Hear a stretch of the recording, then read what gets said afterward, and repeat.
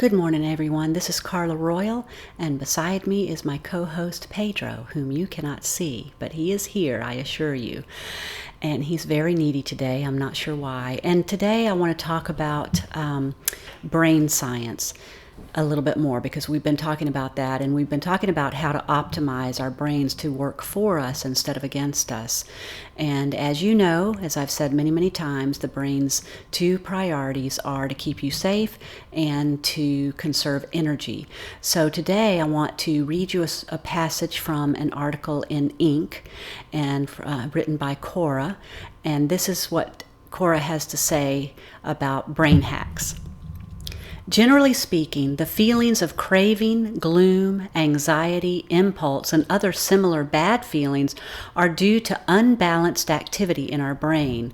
Therefore, a rule of thumb is to elicit the activities of other brain areas, such as the rationale center cortex, such that the overactive region can reset to normal. So here are some practical hacks that she recommends, or he, I'm not sure. Count numbers or practice some mental arithmetic. It is simple but challenging enough for the rationale region to get activated such that the signals from other regions become subdued and easier to handle. So when you're having overwhelming emotions, you can do some arithmetic.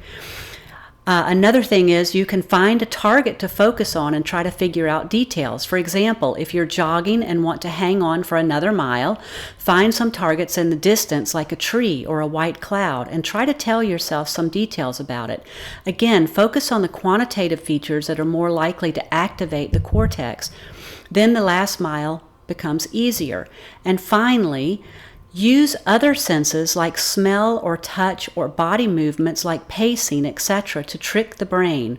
All those activities provide feedback signals to different areas of the brain that are usually understimulated, so they will be particularly helpful in balancing the overactivated regions.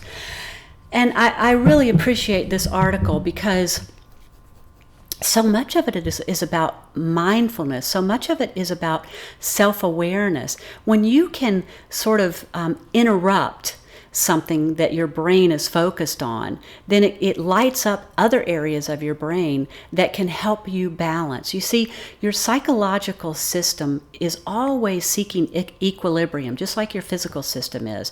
Your brain is always seeking equilibrium. And if we don't tinker too much and dwell too much in one particular direction, then we can interrupt that through our attention and bring ourselves a little more ease and flow.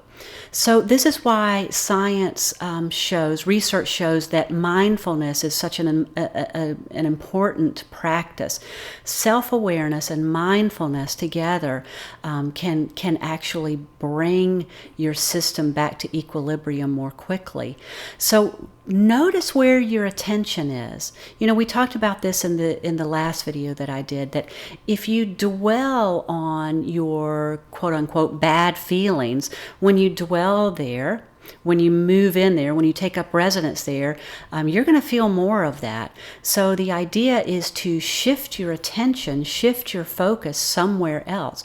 So I have some old childhood trauma stuff that sometimes gets activated. And when that stuff gets activated, I just sort of revert into the reptilian part of my brain, and I get really, really triggered. And what happens in those moments is I begin to feel overwhelmed. I begin to feel very emotional. My eyes begin to sort of fog over, and I'm checking out. I'm checking way, way out.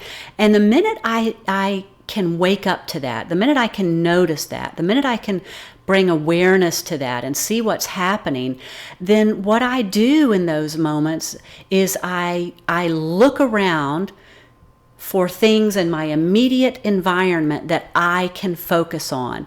the tree that I'm walking past, the leaves on that tree, the bark on that tree, the texture on that tree, or maybe allowing myself to smell the salt on the air.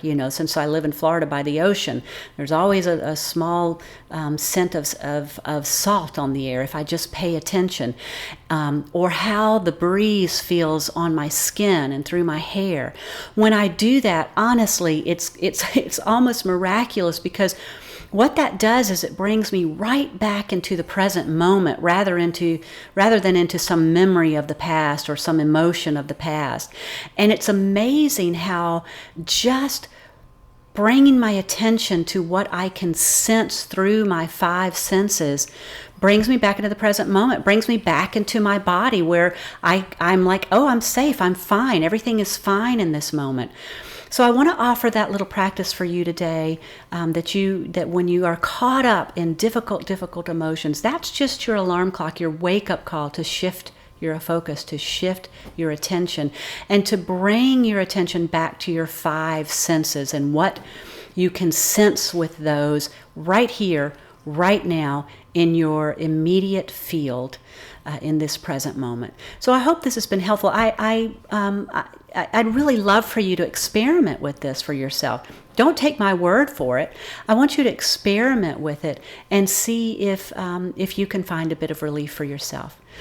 I'm Carla Royal. I'm a mindset and performance coach working with high-achieving, high-performance entrepreneurs and business owners who are quietly dealing with some anxiety and stress and mental chatter. I'd love for you to visit me at carlaroyal.com, and I hope you have a great day. Thanks, everyone. Bye-bye.